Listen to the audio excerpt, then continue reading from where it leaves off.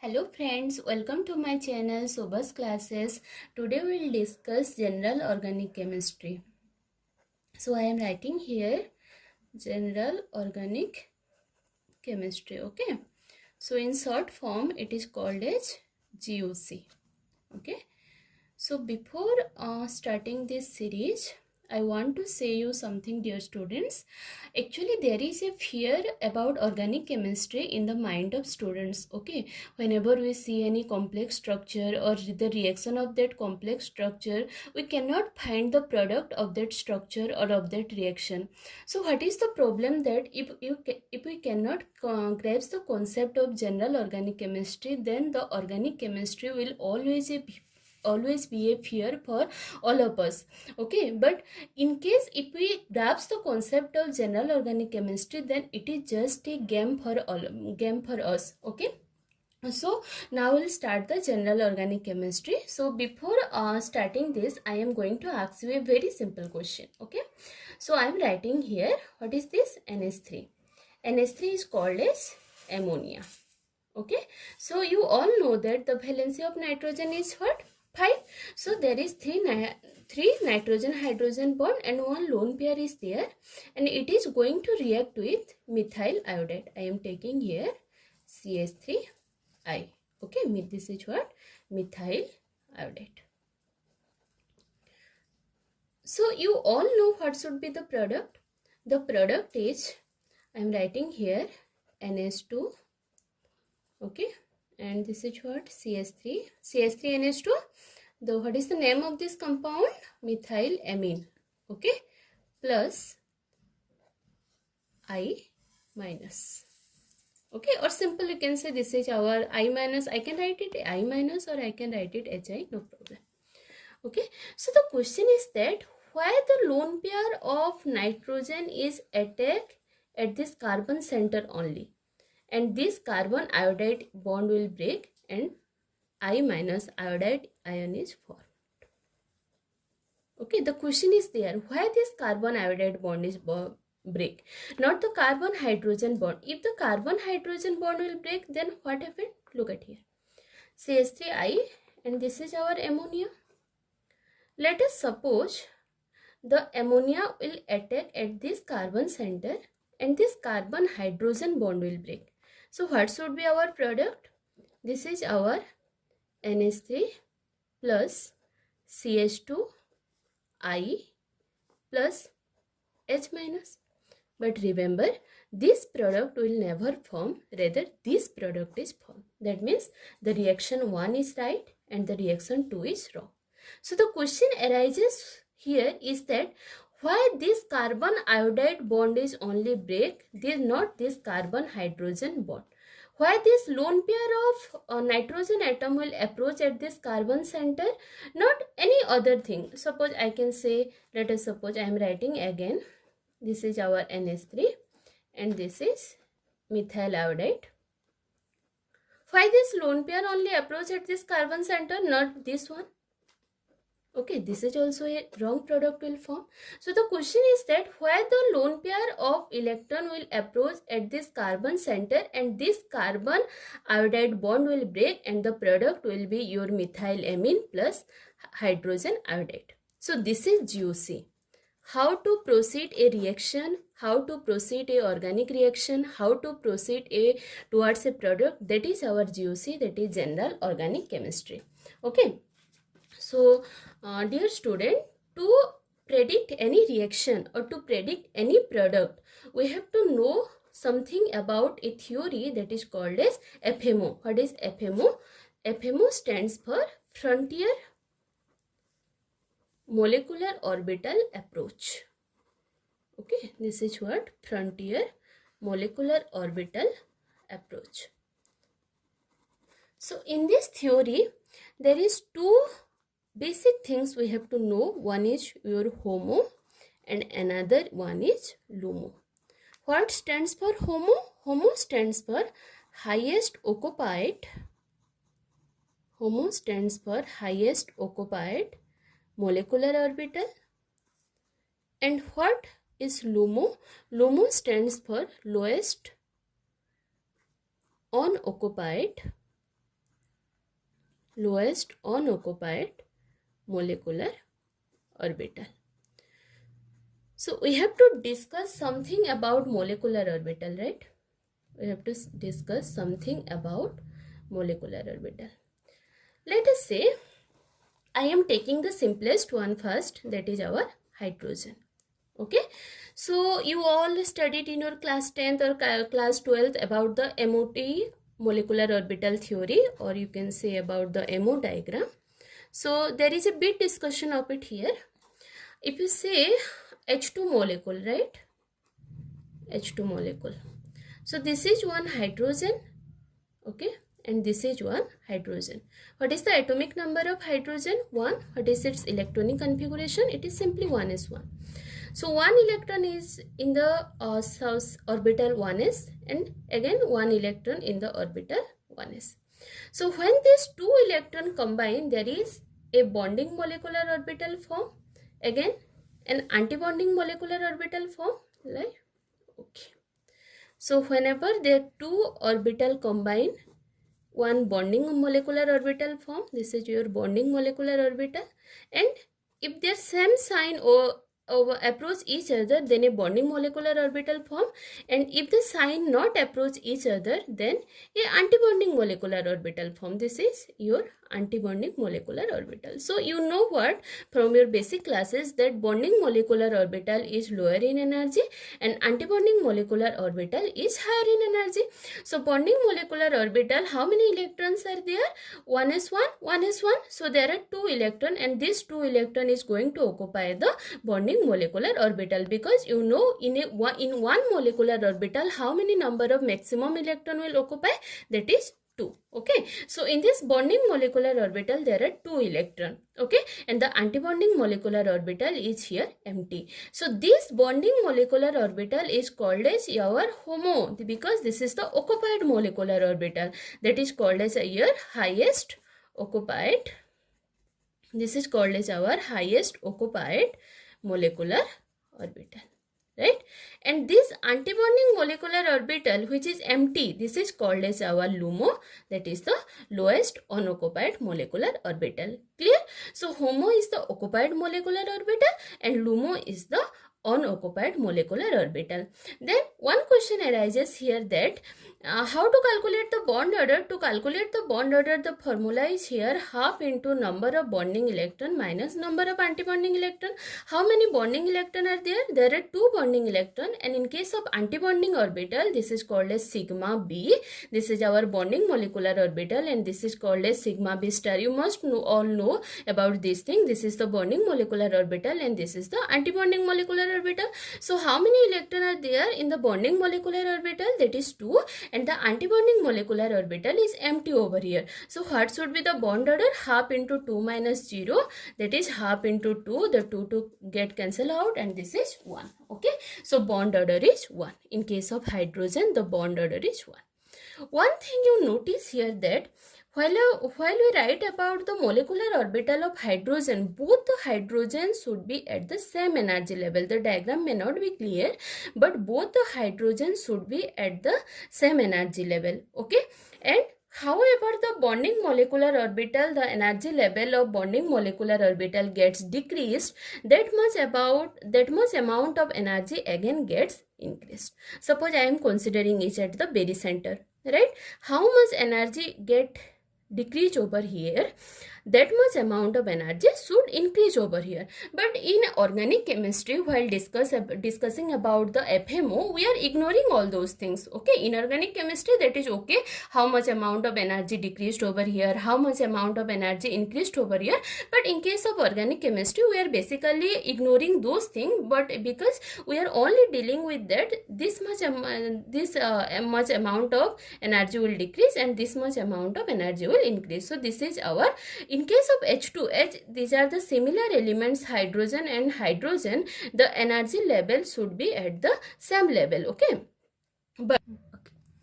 However, if we are discussing about the carbon-hydrogen bond, the electronegativity of carbon is less than, the electronegativity of carbon is more than that of the electronegativity of hydrogen, because electronegativity of carbon is 2.5 and electronegativity of hydrogen is 2.1. So what is electronegativity? Another concept arises here. What is electronegativity? Right? So electronegativity is what? It is the tendency to attract, the shared pair of electron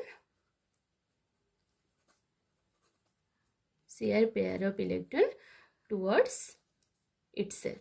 That means if any atom or element is there, what is its tendency to attract the electron, the shared pair of electron towards itself? That is called as electronegativity. So electronegativity of carbon is more than that of the electronegativity of hydrogen. That means if we discuss about the carbon-hydrogen bond, there will be more attractive force. The electron will get more attractive force. This bonded electron will get more attractive force from the carbon than the hydrogen. So you know one thing in chemistry that will be applied in every case. Okay, so this concept should be in your mind always, that every system wants that the energy should be at minimum level. Okay, every system wants that energy should be at minimum level. So if you consider the carbon-hydrogen bond, as the carbon attracts the bonded electron towards itself more strongly, its energy should be decreased than that of the hydrogen. So whenever we are discussing the MOT of hydrogen, both the orbitals should be at the same energy level. But the case of carbon-hydrogen will be different one. Okay, the case of carbon-hydrogen will be different one. I am discussing here. The case of carbon-hydrogen will be different one, because the electronegativity of carbon is more than that of the hydrogen. So energy level of carbon is less and energy level of hydrogen is more. Looking at here, I am here writing carbon and here hydrogen, and this is our what? Energy level. Okay, and the electronegativity of carbon is less, electronegativity of hydrogen is more, energy is going in the increasing order. Look at here, the energy level of carbon is less and the energy level of hydrogen is more. So whenever there is our bonding, okay, this is our bonding interaction, and in the above there will be anti-bonding interaction, right? How much amount of energy will decrease here, that much amount of energy gets increased here. Okay, so this is, suppose your 2pz orbital of carbon and there is one electron in the hydrogen, and this is our bonding interaction. So two bonds are there.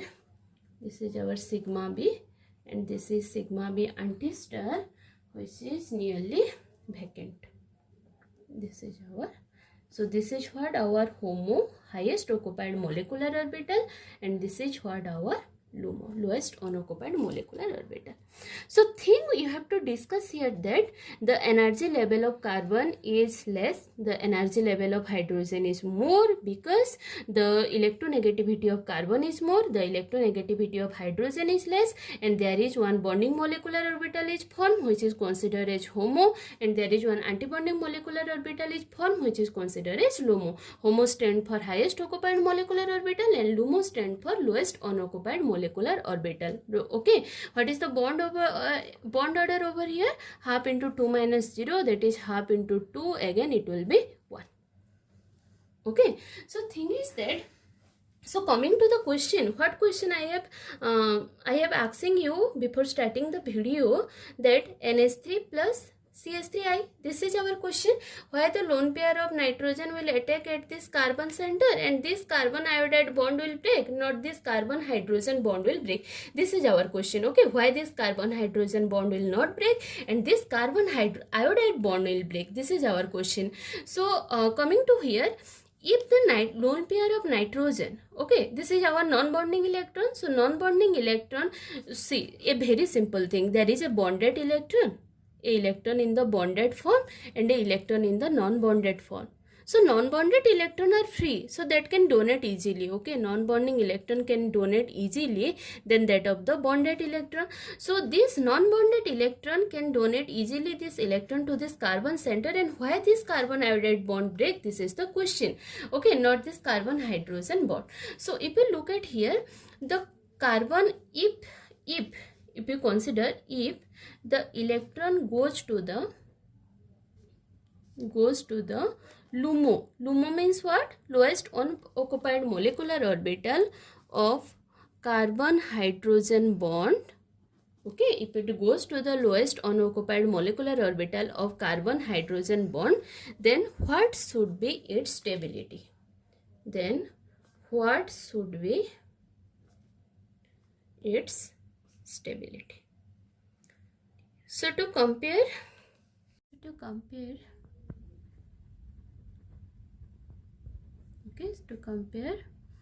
the MOT of Ci and CH, we need to consider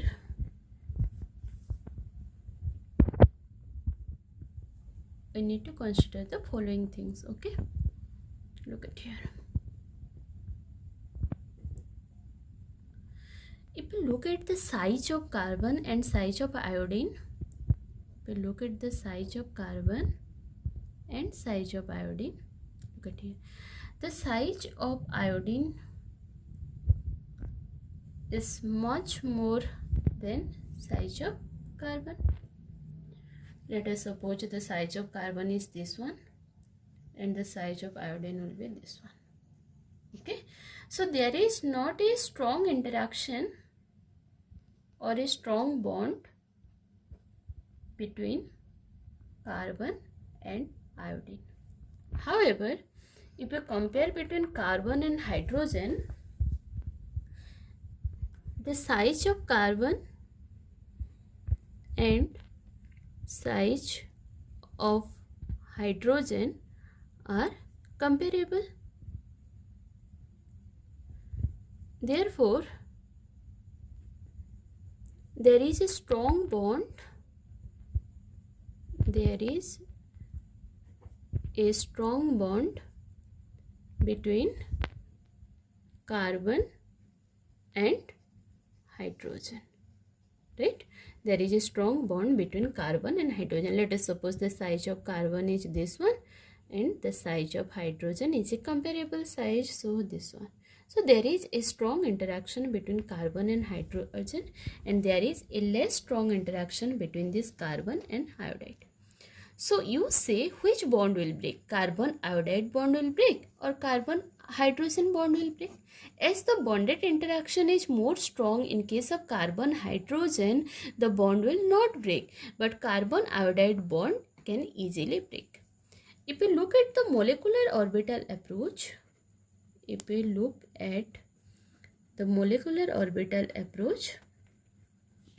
okay, molecular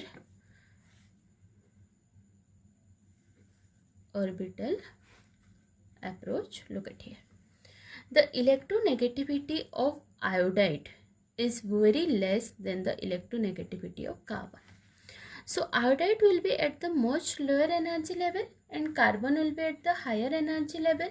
Okay, so if you look at this, as the bond is not so strong, okay, as the bond is not so strong, the energy difference is found to be very low. Here the energy difference, as the size are not so comparable, the energy difference between bonding and antibonding molecular orbital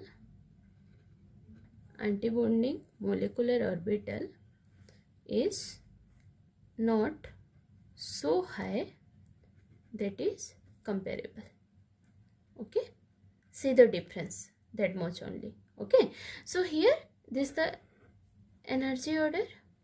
I am writing iodine here, iodide here, and carbon is here. Okay, so this energy difference is very small. Here the energy difference between bonding and antibonding molecular orbital is not so high that is only comparable.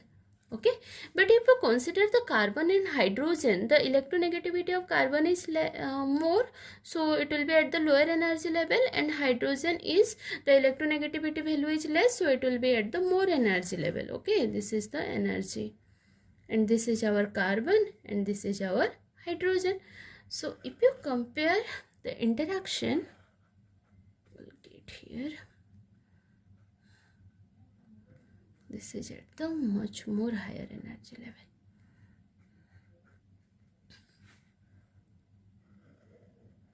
Okay, this is at the much more higher energy level as compared to this.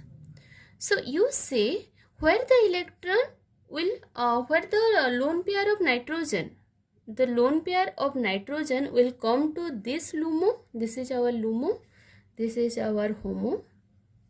Okay, this is one electron is there, this is our bonded, or this is our HOMO, again one electron are there, and this is our LUMO. So you tell me one thing, that this lone pair of electron from the nitrogen atom will come to this LUMO or this LUMO. So you know one thing, that the electrons should be goes to that LUMO that should be at the lower energy level. So in this case of carbon iodide bond, this energy level of LUMO is minimum. This is the important thing. In case of carbon iodide molecular orbital diagram, the LUMO is at lower energy level, and in case of carbon hydrogen MOT diagram, the LUMO is at higher energy level. So electron will go to this LUMO rather than the LUMO of carbon hydrogen bond. So this is the reason that the lone pair of nitrogen will approach to this carbon center, and this carbon iodide bond will break, not this carbon hydrogen bond, because the electron cannot be come to this carbon hydrogen bond. The electron cannot be come to the LUMO of this carbon hydrogen bond, rather it come to the LUMO of the carbon iodide, and it can break easily, and by forming the product NH3 plus CH3 plus I minus. In the second step, this is the first step of the reaction, and in the second step, as it is NH3 plus, nitrogen has the 4 bond here, so we have to give the positive sign, CH3 plus I minus, and that I minus will take out another hydrogen, and this will goes to stabilize the positive charge, and we will get NH2CH3. This is our methylamine plus iodide ion, HI. Okay, sorry, this is our HI. Clear? So this is the product, basically NH2CH3 plus HI, hydrogen iodide. So thing is that this lone pair of electron will come to the antibonding orbital or LUMO of this carbon iodide bond. Okay, another thing, while discussing the MOT, look out, the bond order, the formula of bond order is half into number of bonding electron minus number of antibonding electron.